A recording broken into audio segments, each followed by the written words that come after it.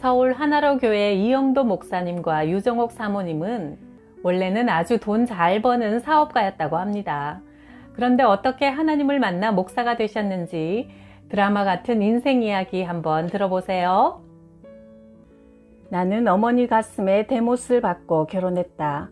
어머니는 나에게 하나님의 일을 하라고 권하셨지만 나는 예수 믿지 않는 사람과 결혼했기 때문이다. 결혼 초 남편은 돈 잘 버는 사업가였다. 10개월 동안 여름 물놀이 용품을 만들어 2달 동안 파는데 하루 평균 3천만 원씩 판매했다. 3년 정도 꾸준히 상승세를 타니 돈도 많이 모으고 남 부러울 것 없었다. 그러나 내 삶은 왜 그토록 허전하고 목말랐는지, 그것이 생수의 근원이신 하나님을 떠났기 때문이라는 것을 나는 모든 것이 다 망가지고 난 다음에야 깨달았다. 돈 많고 건강하고 시간이 자유로우니 제일 먼저 사람이 망가졌다. 남편과 시동생들은 여자와 술, 도박에 빠지기 시작했다. 내 인생을 돈과 바꾸기엔 너무나 억울했다. 주님, 우리 집에서 돈을 다 가져가시고 남편과 시동생을 올바른 사람으로 만들어 주십시오. 기도한 지 반년도 못 되어 남편은 손대는 것마다 손해를 보기 시작했다. 결정적으로 빚더미에 앉아 두 손을 들게 만든 것은 해로운 사람을 만난 일이었다. 사람이 잘 되려면 해롭게 하려고 온 사람까지 오히려 돕는 자가 되고, 사람이 안 되려면 도우려고 온 사람까지 오히려 해로운 자가 되는 것이다. 돈 없는 비참함이란 차라리 죽는 것이 나을 만큼 고통스러웠다. 게다가 나는 몇 달 전부터 혈변을 보기 시작했다. 의사가 말했다. 과민성 장출혈인데 더 나쁜 쪽으로 진전되었을지도 모르니 정밀검사를 해봅시다. 사업도 망해서 빚더미에 앉았는데 설상가상으로 죽을 병에 걸렸나 보다. 이렇게 짧게 살고 갈 것을 그토록 안간힘을 써야 했다니. 나는 실패했을 때, 몸이 아플 때, 남편과 사이가 좋지 않을 때, 그리고 곱게 단장하지 않았을 때는 절대 친정에 가지 않았다. 그런데 그날은 사업에 실패한 모습 그대로, 남편과 사느냐 안 사느냐 싸우는 모습 그대로, 혈변으로 창백해진 얼굴 그대로, 옷도 제대로 갖추어 입지 않은 초라한 모습 그대로, 누가 봐도 금방 쓰러질 것 같은 모습 그대로 어머니에게 가고 있었다. 부모님이 반대한 결혼이지만 보란듯이 이렇게 잘 살고 있다고, 하나님을 떠나도 얼마든지 잘 살 수 있다고 떵떵거리고 싶었는데 하나님 없이는 단 한순간도 살 수 없었다. 더 이상 버틸 수 없는 나의 연약함 그대로 하나님께 돌아오라는 어머니의 말씀에 못 이기는 척하고 무릎을 꿇고 싶었다. 어머니를 보니 참았던 눈물이 펑펑 쏟아졌다. 엄마, 우리 사업하던 거 다 망했어요. 집도 남에게 넘어가고 우리 땅바닥에 내몰릴 거예요. 그러자 어머니는 담담하게 말했다. 할렐루야. 엄마, 글쎄 우리 사업이 망했다니까. 거기다 나 죽을 병에 걸렸어. 주님 감사합니다. 내 딸과 사위 어서 주님께 돌아오게 해주십시오. 돈도 부수고 건강도 부수고 안 되면 생명까지 부수어서라도 하나님께 돌아오게 해주십시오. 정호가 두려워하지 마라. 네 곁에 아무것도 없어도 하나님이 있으면 모든 것이 다 있는 것이고, 네 곁에 금은보화와 천하가 다 있어도 하나님이 없으면 그 모든 것이 다 없는 것이다. 물거품 같은 것에 목숨 걸지 말고 어서 하나님께 돌아오너라. 하나님께 등 돌리고 네 멋대로 산 것을 어서 회개해라. 하나님이 너와 네 남편을 구원하시려고 일하고 계셨구나. 할렐루야다.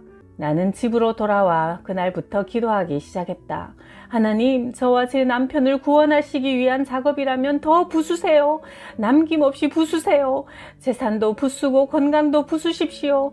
제가 주님보다 자랑하는 것들, 제가 주님보다 더 의지하는 것들을 다 부숴주십시오. 주님께 다시 돌아가기 원합니다. 저 혼자가 아니라 제 남편도 가족도 다 데리고 때를 이루어 주님께 돌아가기 원합니다. 그렇게 석 달 동안 마음속으로만 기도했더니 어디 산에라도 가서 마음껏 소리내어 기도하고 싶었다. 그러나 남편에게 말할 수가 없었다. 남편은 예수와 교회에 대해 무조건 반감을 갖고 있었다. 교회 간다는 이야기, 하나님 등에 대해서는 한마디도 입 밖에 꺼내지 못하게 했다. 그런데 자양동에 수금을 갔던 남편이 뜬금없이 내뱉었다. 여보, 자양동 한 사장 머리가 돌았나 봐. 매일 이 핑계 저 핑계 대면서 돈을 안 주더니 오늘은 나를 보자마자 400만 원을 내놓는 거야. 그러면서 하는 말이 자기가 믿는 하나님이 준 돈이래. 500만 원이 필요해서 기도원에 가서 기도했더니 산에서 내려오는 날 생각지도 않은 데서 500만 원이 생겼다나? 미쳤지. 하나님이 있긴 어딨어.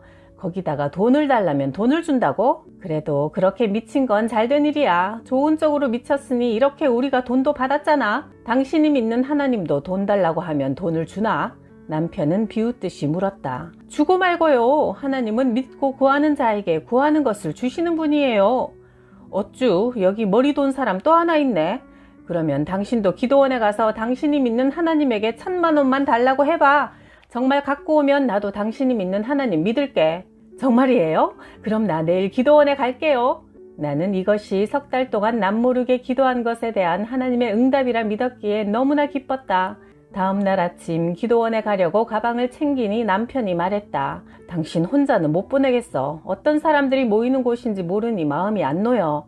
막내 순이를 데리고 가. 오늘 하루뿐이야. 내일은 집으로 와야 해.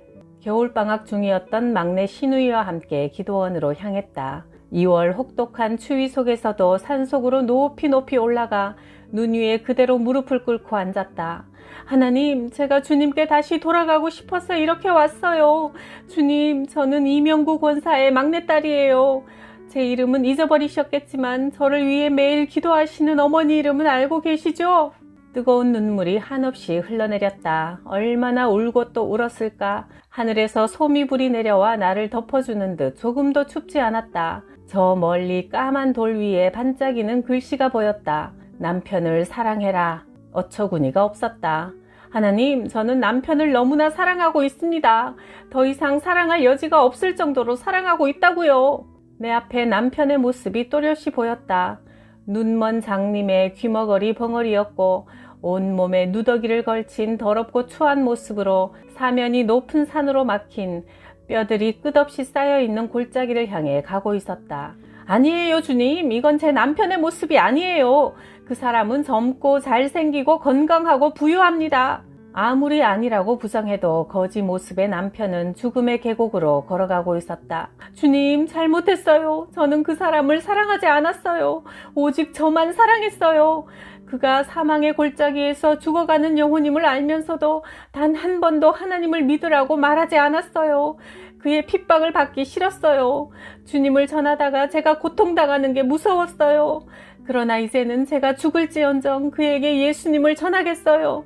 주님, 제 생명을 취하여 그에게 영원한 생명을 허락해 주십시오. 그렇게 해주신다면 저는 이 자리에서 죽어도 좋습니다. 그렇게 울며 불며 얼마 동안의 시간이 흐른 걸까? 남편은 아주 젊고 준수한 청년의 모습으로 눈을 들어 하늘을 우러러 찬양하고 있었다. 남편 앞에는 수많은 사람들이 모여 있었다. 바로 눈앞에서 보는 것 같이 그 광경은 뚜렷했다. 아, 하나님이 남편을 구원해 주시겠다고 약속하시는 거구나. 그때 산 아래에서 땡그렁땡그렁 새벽 기도 시간을 알리는 종소리가 울려 퍼졌다. 기도하던 자리에서 일어났다. 눈 쌓인 산속에서 혼자 밤을 샌 것이다. 예배당에 도착하니 신우이가 나를 보고 달려와 얼싸안고 울었다. 언니, 이 추위에 얼어 죽지 않았어? 어젯밤 별로 춥지 않았잖아. 무슨 소리야. 올겨울에 어젯밤이 가장 추운 날이었어. 체감 온도도 최저였대. 신우이는 이렇게 말했다. 언니, 어젯밤 나도 하나님을 만났어. 언니가 산속으로 가버린 후 나 혼자 예배당에서 언니 걱정이 되어 언니를 지켜달라고 한참을 울었어. 그런데 내 가슴에서는 뜨거운 회개가 나오고 입으로는 밤새 찬양을 했어. 언니, 나는 하나님의 살아계심을 믿어. 또한 하나님이 우리를 사랑하셔서 예수님을 보내주신 것을 믿어. 그 예수님이 내 죄를 대신해서 십자가에서 죽으신 것을 믿어. 그 예수님을 내가 믿음으로 구원받은 것을 믿어. 미신을 섬기던 종갓집 시댁에서 가장 먼저 하나님의 구원을 받은 사람은 나를 따라 기도원에 왔던 신우이였다. 하루만 다녀오라는 남편의 엄명을 어기고 우리는 사흘을 기도원에 머물며 집중적으로 기도했다.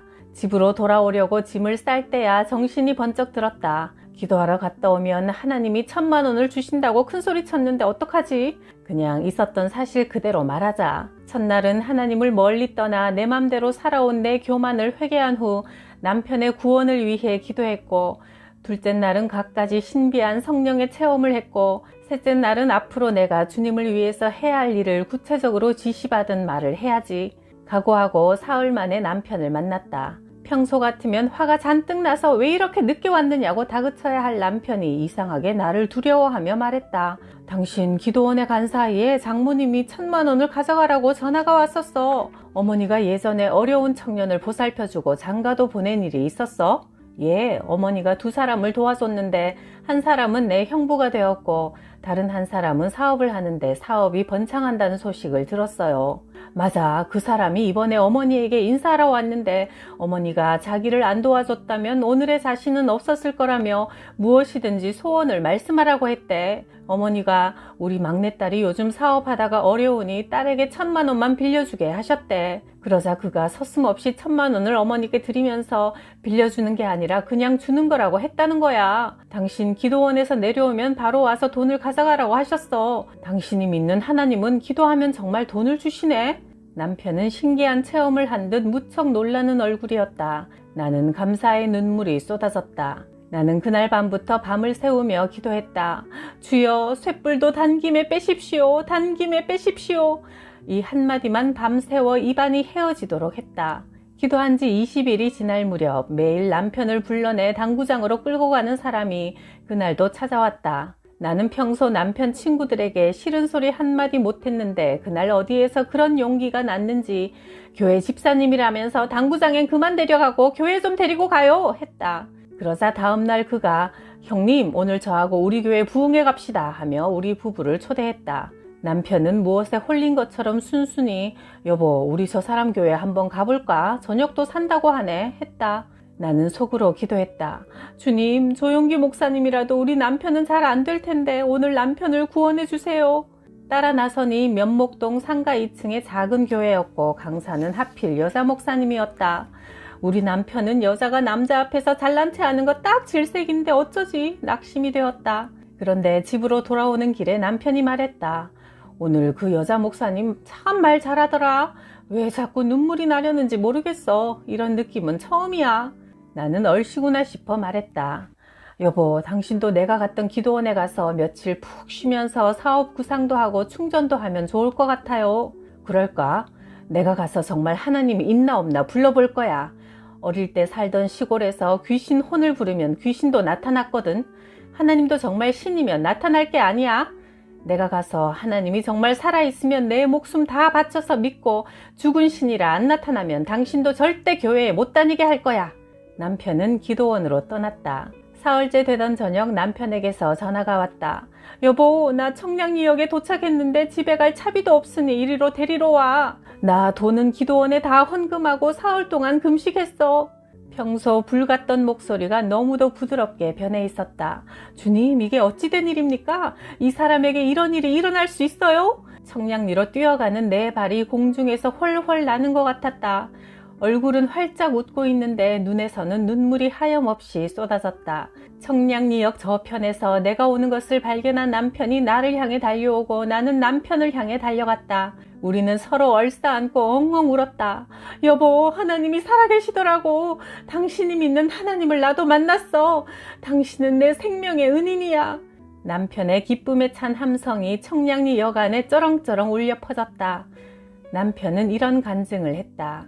이왕 기도원까지 왔으니 하나님과 단판을 짓자 생각하고 하나님, 당신이 정말 살아있어? 그럼 어디 한번 내게 나타나 내 다리 몽댕이를 부셔놓아 보시오. 그러면 내가 믿겠소 하고 고래고래 소리를 쳤어. 사업하다가 망해서 여기까지 올라와야 했던 내 비참한 울분이 화산이 폭발하듯 터져나왔어. 하나님이 있으면 어서 나와보라고 허공에 삿대질하던 내 손가락 끝에 까만 점 같은 것이 보이더니 점점 가까이 다가오면서 그 형체가 뚜렷하게 보이기 시작했어. 아, 거기엔 십자가에 매달린 한 사나이가 피를 흘리고 있었어. 얼굴은 가시관에 찔려 피 범벅이고 손과 발은 못에 박혀 샘솟듯 피가 솟구쳤고 창에 찔린 가슴에서 흐르는 피는 강을 이루어 그 피의 강에 내 몸이 잠겨들었어. 나도 모르게 무릎이 꿇어졌어. 그러면서 내 지나간 세월이 죄로 얼룩진 것을 깨달았어. 저는 마땅히 죽어야 하는 죄인입니다. 나도 모르게 오열이 터져 나왔어. 내 죄의 무게가 얼마나 무거운지 나는 죄에 눌려 죽을 것만 같았어. 저는 이 무거운 죄짐을 감당할 길이 없으니 차라리 저를 죽여주십시오. 하나님, 저를 용서하지 마시고 차라리 저를 죽여주십시오. 주먹으로 땅바닥을 얼마나 쳤던지 내 손은 시퍼렇게 부어올랐어. 몇 시간을 몸부림치며 울어댔을까. 십자가에서 흘러내린 피의 강이 내 죄를 씻어서 흘러가는 거야. 그때 바위처럼 무거웠던 마음이 깃털처럼 가벼워지면서 감사합니다, 감사합니다 라는 말이 계속 쏟아져 나왔어. 기쁨으로 가슴이 터질 것 같았어. 집회가 다 끝난 늦은 밤에야 남자들의 숙소로 들어와 보니 내 옆에 사람이 말했어. 나는 예수 믿은 지 10년이고 은혜 받으려고 기도원에 올라온 것은 헤아릴 수도 없이 많아요. 그런데 선생님은 어떻게 그렇게 빨리 회개의 은사를 받을 수가 있지요? 저는 선생님 뒤에 앉아 있었는데 선생님의 뜨거운 회개의 눈물이 얼마나 부러웠는지 몰라요. 우리는 울고 싶어도 눈물도 안 나고 쥐어짜도 이렇게 뽀송뽀송하단 말입니다. 회개도 내 마음대로 되는 게 아니에요. 저는 너무 기뻐서 잠이 안 오네요. 어디 가서 더 기도하고 싶은데 하며 나는 밖으로 나왔어. 하늘에 떠 있는 달도 처음 보는 것 같이 신비롭고 아름답게 보였어. 새벽기도 시간에 사람들이 찬송을 열광적으로 부르기 시작했어. 그런데 그 소리가 내 귀에는 나 좀 살려줘, 나 좀 살려줘 하고 울부짖는 소리로 들려왔어. 나는 그들을 위해 땀을 흘리며 기도했지. 하나님, 저 소리 들리십니까? 제 귀에는 지옥에서 제발 살려달라는 외침으로 들립니다. 저는 지옥에 가도 마땅한 놈입니다. 주여, 저들에게도 제게 주셨던 은혜와 기쁨을 주십시오. 라고 기도하는데 내 영혼이 붕 떠오르기 시작했어. 그 시끄러운 소리가 아련해지더니 이내 아무 소리도 들리지 않았어. 빛보다 더 밝은 천국문에 내 영혼이 다다른 거야. 그런데 그 천국문이 막 닫히려고 하는 중이었고 닫히려는 천국문을 순백의 어린 양 한 마리가 피를 철철 흘리며 온몸으로 막고 있었어. 그 문으로 들어가 천국에 이르니 보좌가 있고 그 보좌 앞에 생명강이 흐르고 있었어. 사계절 꽃이 다 피어 있고 아름다운 산 위에 올라가 보고 싶다고 생각하면 벌써 내가 올라가 있는 거야. 나는 천국이 너무 좋아서 이 땅에 안 내려오고 싶었는데 주님이 나에게 할 일을 일러주시고 나를 이곳까지 데려다 주셨어. 여보, 그리고 나 치유의 은사도 받았어. 당신 내 말 믿어? 그럼요, 믿고 말고요. 대답하는 순간 내 뱃속이 부글부글 끓기 시작했다. 당신아는 마음이 조금만 불안하거나 과로하여 몸이 피곤하면 선홍빛 하혈을 심하게 했다. 나는 급히 식당 화장실로 달려갔다. 그런데 이번엔 포도알 같은 검붉은 덩어리가 쏟아져 나오더니 배의 통증이 사라졌다. 그날 이후 나에게 죽음의 두려움을 주던 과민성 장출혈은 더 이상 일어나지 않았다. 남편은 몇 날 며칠 잠도 자지 않고 성경을 읽었다. 매일 친구들과 어울려 다니며 술 마시고 내기 당구치던 삶이 변하고 그 많던 혈기와 고집도 사라지고 남의 말을 존중하고 겸손해졌다. 그리고 교회 주보와 전도지를 얻어다 전도하러 다녔다. 남편은 누군가 기도 부탁을 하면 그를 위해 사흘씩 금식을 해주었다. 나는 남편에게 정식으로 신학 공부를 하라고 했다. 그러자 시부모님이 난리가 났다. 한창 돈 벌 나이에 예수 귀신에 홀려 사업을 팽개치고 신학교에 가겠다니 집에서 당장 나가라고 하셨다. 우리는 단돈 10만 원으로 동암역 근처 귀신이 나와 사람이 여럿 죽었다는 폐가를 얻어 살았다. 남편은 단 5분도 앉아있지 못하는 불같은 사람이었는데 책상에 앉아 하루 종일 공부했다. 남편이 처음 신학 공부를 시작할 때 우리는 인격으로나 학문적으로나 다른 사람을 잘 인도할 자격이 없으니 남들이 하기 싫어하는 굳은 일에 써달라고 하나님께 기도했다. 남편이 총신대학원을 졸업하면서 첫 사역지가 나타났다. 하나는 서울 충현교회 부교역자 자리였고 하나는 경기도 광주 거여동에 있는 장애인들 교회였다. 남편은 충현교회에 합격하여 너무 기뻐했다. 그것은 앞으로 남편의 목회길에 빛나는 경력이 될 것이고 남편의 실력을 인정받게 되는 길이니 나도 기뻐서 어쩔 줄 모르며 우리나라에서 최고인 충현교회에 뽑히게 해주셔서 감사합니다 라고 소리 높여 크게 기도하다가 갑자기 커다란 망치로 얻어맞는 것 같은 느낌이 들었다. 그곳은 우리가 주님과 약속한 남이 가기 싫어하는 굳은 자리가 아니지 않은가? 오히려 그 자리는 수많은 사람들이 서로 가고 싶어하는 자리가 아닌가? 우리는 충현교회를 포기하고 거여동의 장애인교회를 첫 사역지로 정했다. 그곳은 단 한 명도 지원자가 없는 곳이었기 때문이다. 성도들 대부분이 중증 장애인이고 비닐하우스를 개조한 교회는 곧 철거될 위기였다. 나는 이들의 아픈 사연을 글로 적어 문서 선교지에 올렸고 한 장로님이 그것을 보고 3층 교회를 지어주셨다. 1, 2층은 그들의 숙소로 3층은 예배당으로 사용했다. 그 후 외부로부터 후원을 받아 이 교회에도 일하겠다는 지원자가 생겨나자 우리는 그곳을 떠났다. 우리의 두 번째 목회지는 청계천 노점상들이 모이는 종로 5가 로얄 빌딩 12층이었다. 노점 상인들은 차가 무섭게 달리는 길가에 어린아이들과 물건을 내놓고 장사한다. 나는 무료 타가소를 열어 오전 8시부터 저녁 8시까지 12시간 동안 60명의 아이들을 돌보았다. 우리의 세 번째 목회지는 강제 이주 철거민들과 장애인들에게 시에서 분양한 아파트가 밀집되어 있는 노원구 중계동이었다. 장마 때마다 수영장처럼 물이 넘치는 상가 건물 지하에서 14년간 목회했다. 2001년 미국의 9.11 테러가 있은 후 아프가니스탄 전쟁이 발발했다. 어느 날 총회 본부에서 남편을 찾는 전화가 왔다. 아프가니스탄 전쟁 때문에 그 나라와 인접 국가에서 일하던 선교사들이 대거 귀국 중이니 그곳에 급파할 선교사를 찾는다 하여 남편은 카자흐스탄으로 떠나게 되었다.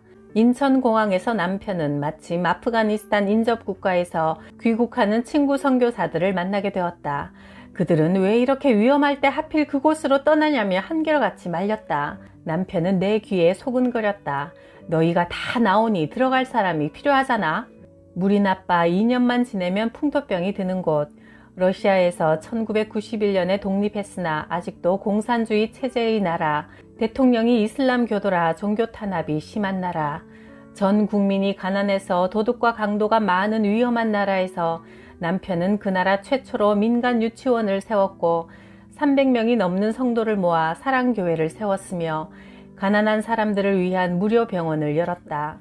2년 후 많은 선교사들이 앞다투어 그곳을 지원할 무렵 남편은 다시 한국의 교회로 돌아왔다. 남편은 영하 30도의 추운 날씨에 계속 감기를 앓다가 고열로 인한 중이염으로 왼쪽 청각을 잃었다. 내 걱정스러운 얼굴을 보며 남편은 귀 하나에 교회 하나 어때? 가볼만 했지? 하며 오히려 익사를 떤다. 우리 하나로 교회는 항상 문을 열어놓는다. 그 대가를 톡톡히 치르지만 교회가 설립되고 지금까지 한 번도 문을 잠그지 않았다.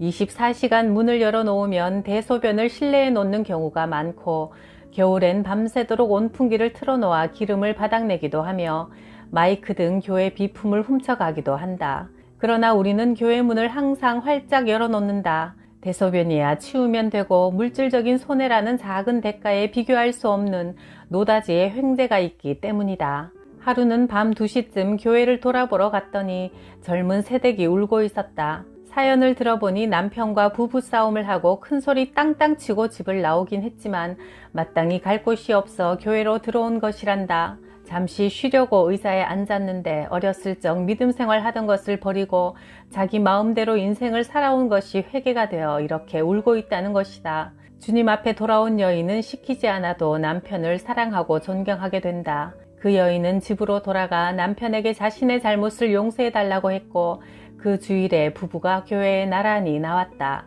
이것이 바로 노다지 횡재가 아니고 무엇이겠는가? 또 어느 날 밤에는 교회 바닥에 지갑이 떨어져 있었다. 지갑에는 돈이며 신용카드가 잔뜩 들어있었다. 우리 교회 성도가 아니라 늦은 밤이었지만 신분증에 있는 주소지로 찾아갔다. 나는 길을 걸으며 계속 기도했다. 주님, 이 사람이 지갑 잃어버린 것을 모르게 해주세요. 알면 얼마나 걱정하고 찾아 헤매겠어요. 그 집에 찾아가니 얌전한 아가씨가 나왔다. 지갑을 내밀자 그제서야 놀라서 어머머머 한다. 참 다행이에요. 지갑 잃어버린 것을 모르고 계셨어요. 아가씨는 그제서야 내 마음을 알고 진정으로 고마워했다. 그 주일에 지갑 찾은 아가씨 동생, 언니, 어머니, 아버지까지 5명이 교회에 왔다. 이 정도면 금광을 캔 것 아닌가? 지난 수요일에는 남루한 옷에 흙이 잔뜩 묻은 채 한 남자가 왔다. 그는 하루하루 마기를 하는 노동자였다. 그는 며칠 일한 품삯을 봉투에 넣어 가지고 왔다. 자신은 삶이 너무 힘들고 버거워 때로 절망하여 집으로 돌아오는데 우리 교회 십자가를 보면 마음이 밝아지고 다시 일할 마음이 생긴단다. 그런데 우리 교회 십자가 불이 고장나서 꺼진 채로 며칠이나 있는 것이 가슴이 아파 그 불을 자기가 다시 켜고 싶어서 열심히 일하여 번 돈을 가지고 온 것이라 했다. 울고 있는 우리들 곁에 항상 함께 있어 주세요. 그는 노동자로 변장한 예수님이었을 것이다. 나는 오늘도 교회 문을 활짝 열어놓는다. 천사도 오고 주님도 오시고 잃어버린 영혼들도 언제든 돌아올 수 있도록 말이다. 너희는 기뻐하는 자들과 함께 기뻐하고 우는 자들과 함께 울라. 로마서 12장 15절.